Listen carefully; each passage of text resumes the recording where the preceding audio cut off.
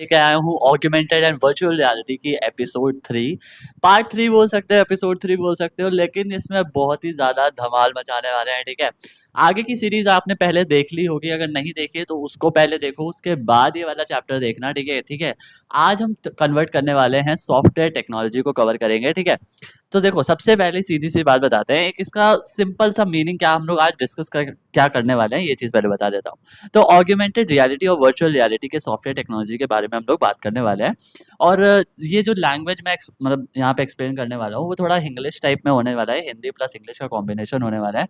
और ये दोनों टेक्नोलॉजीज में इमर्सिव एक्सपीरियंसेस को क्रिएट करती हैं, ठीक है? बहुत ही अच्छा टेक्नोलॉजी है, बहुत ही अच्छे सॉफ्टवेयर को यूज़ होता है, लेकिन थोड़ी अलग तरह से हम काम करती है। इन सारी चीज़ों के बारे में हम लोग डिस्कस करने वाले हैं, ठीक है?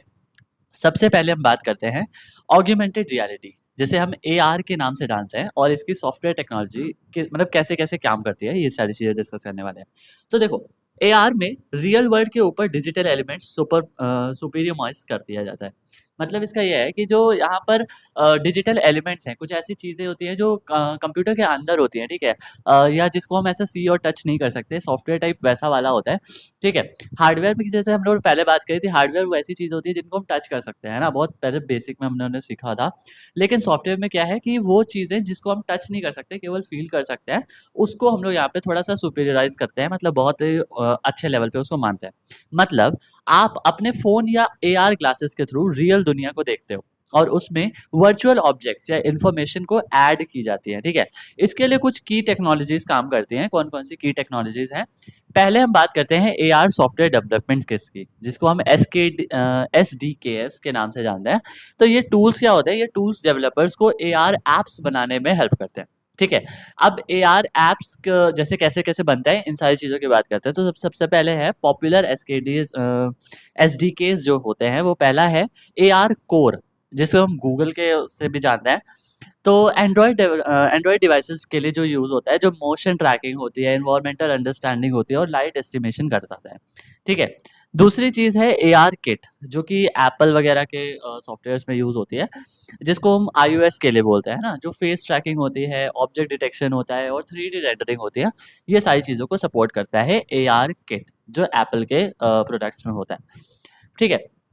उसके बाद आती है यूफ़ोरिया की बारी। यूफ़ोरिया क्या है? क्रॉस प्लेटफ़ॉर्म है, और उसमें इमेज रिकॉग्निशन के लिए फ़ेमस है। मतलब अगर कोई इमेज को तुम्हें सपोर्ट दिखाना है, उ इमेज को पहचानना है, वो किसमें होता है? ये यूफ़ोरिया के अंडर में आता है। उसके बाद हम बात करते हैं कंप्यूटर विज़न और स्लैम। स्लैम का फुल फॉर्म बता देते हैं, साइमल्टेनियस लोकलाइज़ेशन एंड मैपिंग, ठीक है? इसका मतलब क्या है? ये टेक डिवाइसेस को एनवायरनमेंट को समझाने में और उसे वर्चुअल ऑब्जेक्ट्स को एक्यूरेटली प्लेस करने में हेल्प करता है, ठीक है? जैसे जब आप पोकेमॉन गो खेलते हो, है ना? पोकेमॉन वाला गो वैसा वाला गेम जो नहीं था, वैसे वाले गेम को अगर खेलते हो तो कैरेक्टर्स रियल वर्ल्ड सर्फेसेस पर दिखाई देते हैं। ऐसी टेक्नोलॉजी है, एक ऐसा कंप्यूटर का वर्ज़न है जिसमें हम लोग सारी चीज़ों को एक रियल लाइफ सर्फेसेस में देख पाते हैं। उसके बाद हम बात करते हैं गेम इंजन्स की। गेम इंजन्स क्या है? अनरियल इंजन एंड यूनिटी जैसे प्लेटफ़ॉर्म, जैसे एआर ऐप्स के लिए 3D ग्राफ़िक्स और फिज़िक्स स्टिमुलेशंस प्रोवाइड करते हैं, ठीक है? यूनिटी में एआर फाउंडेशन एक अनफील्ड फ्रेमवर्क है, जो एआर कोर वाली चीज़ें होती हैं, या एआर किट, दोनों को ही सपोर्ट करता है। एआर कोर वाली कौन-सी चीज़ थी? गूगल वाली। और एआर किट कौन-सी थी? एप्पल वाली, ठीक है? ये दोनों में ही सपोर्ट करता है। उसके बाद बात करते हैं क्लाउड एंकर्स की। क्लाउड एंकर्स क्या हैं? इससे मल्टीपल यूजर्स एक साथ ही एआर एक्सपीरियंस कर सकते हैं, ठीक है? जैसे गूगल क्लाउड एंकर्स के थ्रू, मतलब कहने का ये है कि जहाँ पर दोनों ही चीज़ काम करती हैं, उन्हें हम क्लाउड एंकर्स के उससे काम कराते हैं, और यहाँ पर एक साथ बहुत सारे यूजर्स एक ही चीज़ को एक्सपीरियंस कर सकते हैं, ठीक है? अब यूज़ केसेस क्या हैं? एआर का यूज़ गेमिंग जैसे पोकेमॉन गो है, एजुकेशन में हो सकता है, एनाटॉमी ऐप्स क्रिएट करने में हो सकता है ना? रिटेल में है अगर, तो फर्नीचर प्लेसमेंट जैसे ऐप्स का है ना, आइकिया करके है एक ऐप, उन सारी चीज़ों में ज़रूरत हो सकती है। और नेविगेशन जैसे गूगल मैप एआर मोड होता है, तो इसमें भी नेविगेशन मतलब अगर हमें डिस्टेंस देखना है या डायरेक्शन देखना है, कहाँ जाना है, कैसे जाना है, इन सारे ऐप्स में भी इन सारी चीज़ों की यूज़ होती है। अब बात करते हैं सेकंड टॉपिक की, जो कि है हमारा वर्चुअल रियलिटी, जिसे हम लोग वीआर जानते हैं। अब इसमें भी हम लोग एक सब कैटेगरी है सॉफ्टवेयर टेक्नोलॉजी। इसके अंदर की बात करें तो वीआर पूरा एक आर्टिफिशियल इन्वायरमेंट क्रिएट करता है जिसमें यूजर हेडसेट्स जैसे ऑक्यूलस क्विट्स या एचटीसी व्यू इसके थ्रू कुछ इमर्सिव टेक्नोलॉजीज को यूज किया जाता है और इसके सॉफ्टवेयर थोड़ी सी डिफरेंट होते हैं। ठीक है, पहले चीज है वीआर डेवलपमेंट प्लेटफॉर्म्स। इसमें कौन कौन से हैं, इसके दो सब टॉपिक्स हैं। पहला है यूनिटी एंड अनरियल इंजन। ठीक है, ये क्या होता है, देखो ये दोनों वीआर कंटेंट के लिए हैवीली यूज्ड हैं क्योंकि इनमें हाई क्वालिटी 3D रेंडरिंग और फिजिक्स वाला इंजन होते हैं। ठीक है, उसके बाद बात करते हैं दूसरे टॉपिक की जो कि है ओपन एक्सआर। ठीक है, ये एक ऐसा ओपन स्टैंडर्ड है जो डिफरेंट वीआर हार्डवेयर को एक साथ कंपैटिबिलिटी इंश्योर करता है, मतलब कई सारे हार्डवेयर को एक साथ काम कराने में हेल्प करता है। ठीक है, नेक्स्ट टॉपिक है ट्रैकिंग सिस्टम। ट्रैकिंग सिस्टम क्या है, तो वीआर में 6 डीओएफ, डीओएफ का फुल फॉर्म होता है डिग्रीज ऑफ फ्रीडम। ठीक है, ये ट्रैकिंग होनी जरूरी है। तो जो हेड और हैंड मूवमेंट को ट्रैक करता है इसमें सेंसर्स, कैमरास और समटाइम्स एक्सटर्नल बेस स्टेशंस जैसे वॉल्स, लाइट हाउस का यूज होता है।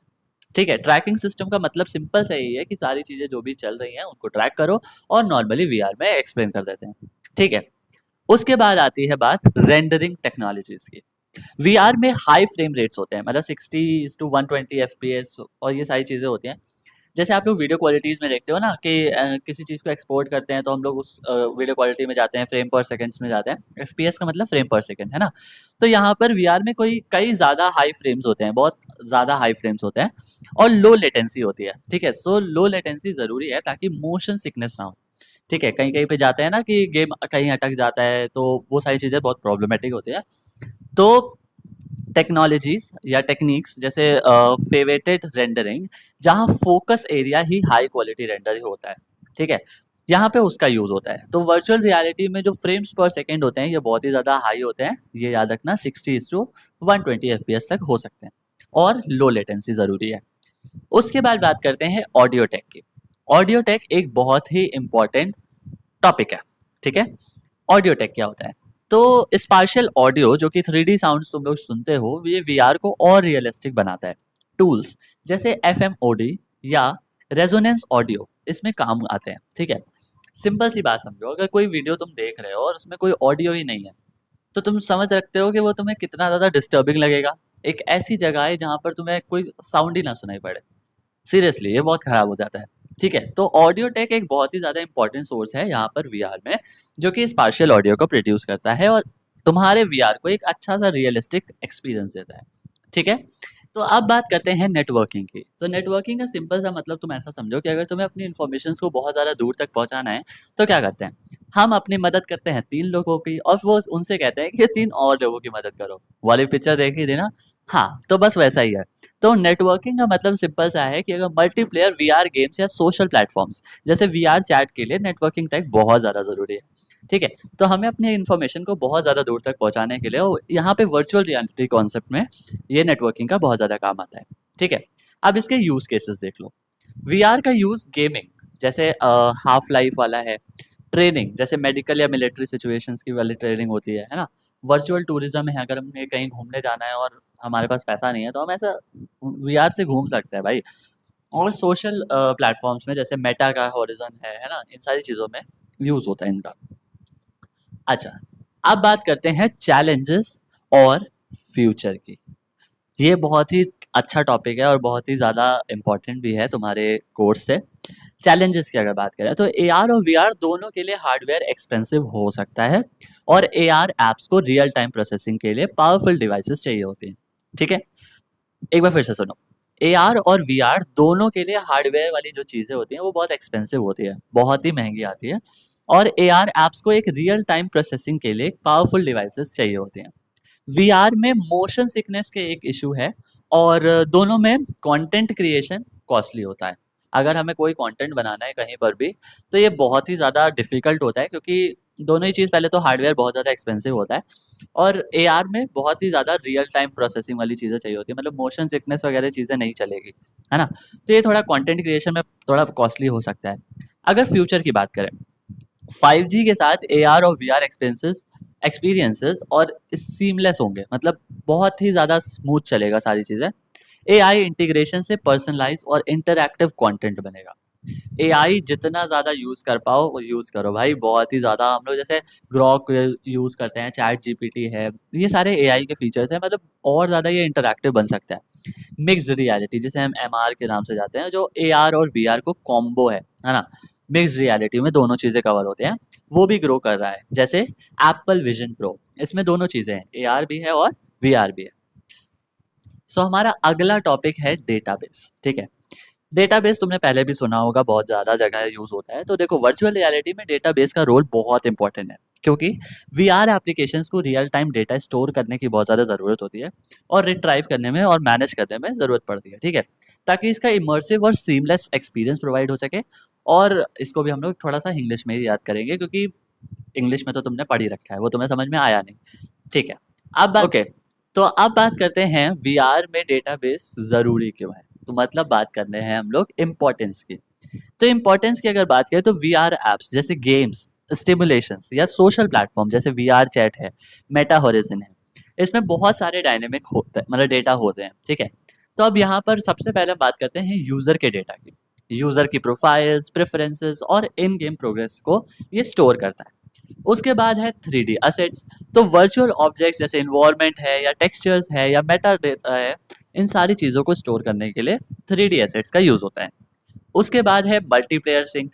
जैसे मल्टीप्लेयर यूजर्स को एक्शन क्या को सिंक करता है, जैसे पोजीशंस है या इंटरैक्शंस है, कहीं पे किसी को मार रहे हैं तो वो सारी चीज़ों को, प्रोग्रेस को यहाँ पर स्टोर किया जाता है।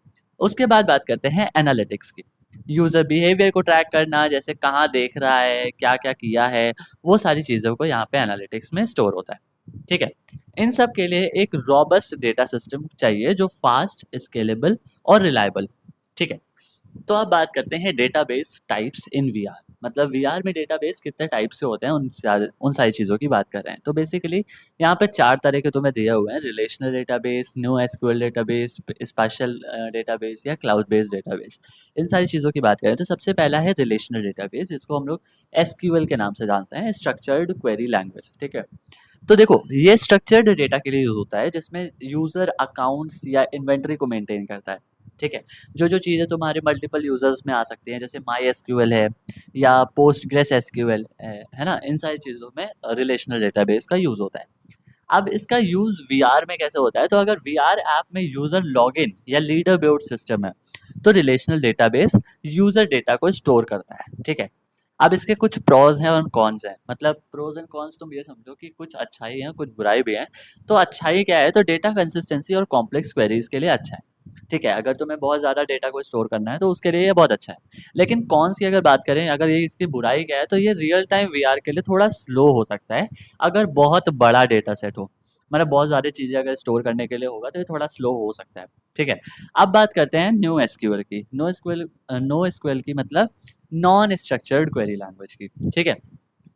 ये अनस्ट्रक्चर्ड या सेमी स्ट्रक्चर्ड डेटा के लिए परफेक्ट है, ठीक है? जो वीआर में कॉमन है, जैसे 3D ऑब्जेक्ट मेटाबेस या यूजर इंटरैक्शंस, इन सारी चीज़ों के लिए अच्छा है। एग्जाम्पल्स की अगर बात करें ना, तो मोंगो डीबी जैसे है ना? मोंगो डेटाबेस है, रेडिस है, फायरबेस है, इन सारी चीज़ों में यूज़ होता है, ठीक है?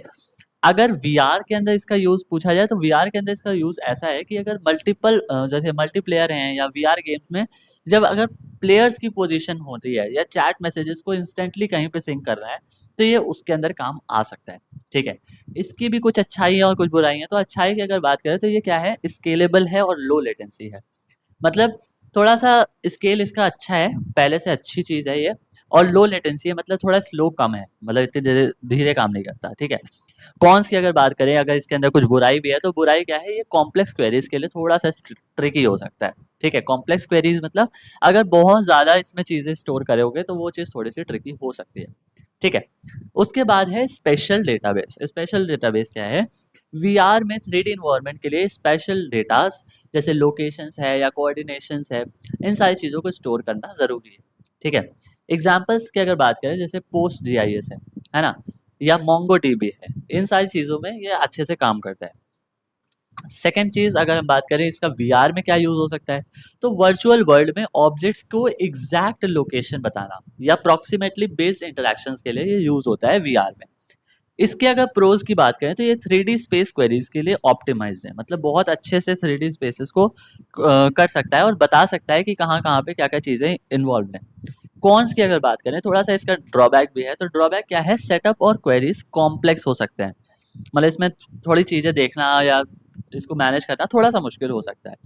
ठीक है, आखिरी टाइप जो हमारा है वो है क्लाउड बेस्ड डेटाबेस। ठीक है, ठीक है, इसका अगर बात करें तो वीआर एप्स अक्सर क्लाउड पे रिले करते हैं, है ना, क्लाउड पे ही एग्जिस्ट करते हैं क्योंकि लोकल स्टोरेज लिमिटेड होती है। ठीक है, और मल्टीप्लेयर एक्सपीरियंसेस के लिए ग्लोबल एक्सेस चाहिए होता है। ठीक है, तो क्लाउड बेस्ड डेटाबेस ऐसे की चीज़ों के बारे में बात करता है जो अगर मल्टीप्लेस है तो मल्टीपल जो प्लेयर्स होते हैं वो क्लाउड स्टोरेज पे ही खेल सकते हैं, है ना।